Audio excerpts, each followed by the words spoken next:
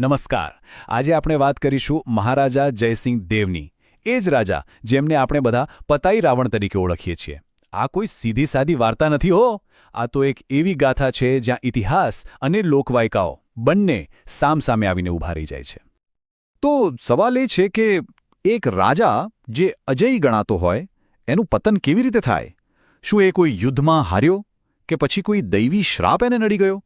આપણે આ બંને પાસાઓને જોઈશું.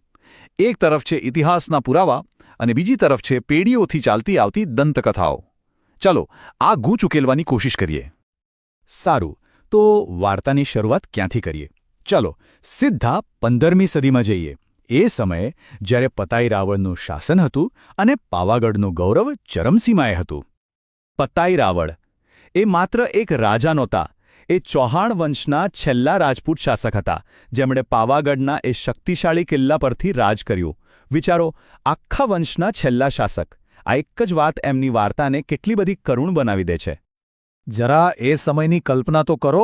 એક બાજુ ચાંપાનેર જેવું સમૃદ્ધ નગર અને એની રક્ષા કરતો પાવાગઢનો અભેદ્ય કિલ્લો, જેને કોઈ જીતી જ ન શકે. પતાઈ રાવળનું રાજ્ય એટલે તાકાત અને સંપત્તિનું જીવતું જાગતું ઉદાહરણ. અને આ બધું જ દાવ પર લાગવાનું હતું. તો આ તો થઈ ઇતિહાસની વાત. પણ જેમ આપણે કહ્યું, એક બીજી પણ વાર્તા છે, એક લોકકથા, જે કહે છે કે રાજાના પતનનું કારણ કંઈક બીજું જ હતું. એ હતું દેવીનો શ્રાપ. તો થયું એવું કે નવરાત્રિનો સમય હતો. કહેવાય છે કે મા મહાકાળી પોતે એક ખૂબ જ સુંદર સ્ત્રીનું રૂપ લઈને ગરબે રમવા ઉતર્યા. રાજા પતાઈ રાવળ એમના રૂપ પર મોહી પડ્યા અને પોતાની મર્યાદા ભૂલી બેઠા. એમણે માતાજીનો પાલો પકડી લીધો. દેવીએ જ્યારે પ્રસન્ન થઈને વરદાન માંગવા કહ્યું, ત્યારે રાજાએ એમને પોતાની રાણી બનવાનું કહી દીધું. અને બસ આ જ એક ભૂલ એમના ભાગ્યનો ફેસલો કરી ગઈ.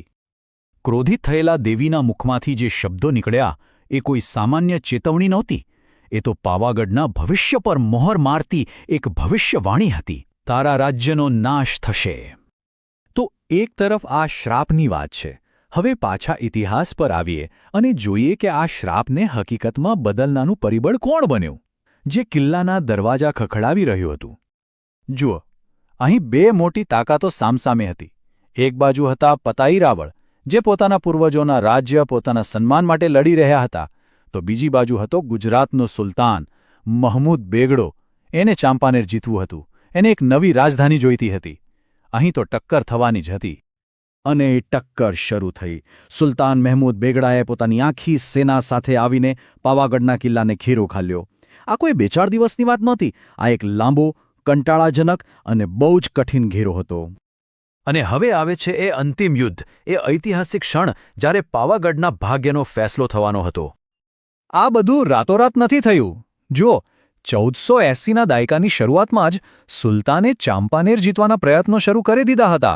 પછી લગભગ 1482થી 1484 સુધી, મતલબ કે લગભગ 2 વર્ષ કિલ્લા પર લાંબો ઘેરો ચાલ્યો. અને છેવટે ઈસવીસન 1484માં ભયંકર લડાઈ પછી એ અભેદ્ય ગણાતો કિલ્લો તૂટી પડ્યો. પણ એક વાત કહેવી પડે. પતાઈ રાવળે હાર નહોતી માની. એ એક રાજપૂત રાજાની જેમ પૂરી બહાદુરીથી લડ્યા. જો કે આ સંઘર્ષમાં અંતે એમનો પરાજય થયો. જીત પછી સુલતાન બેગડાએ શું કર્યું? એમણે ચાંપાનેરને પોતાની નવી રાજધાની બનાવી દીધી. અને એટલું જ નહીં, એનું નામ બદલીને મુહમ્મદાબાદ કરી દીધું. આ એક યુગનો અંત હતો.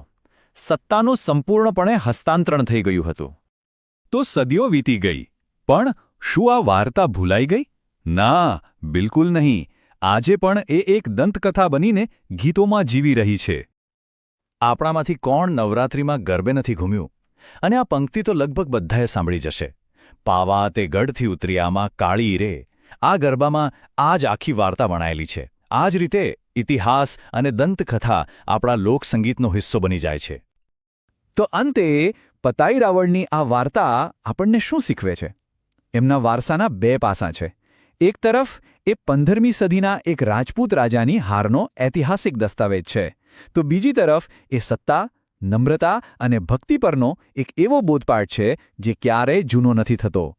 આ એક એવી વાર્તા છે જે ઇતિહાસના પાના અને આપણા ગરબા બંનેમાં અમર થઈ ગઈ છે.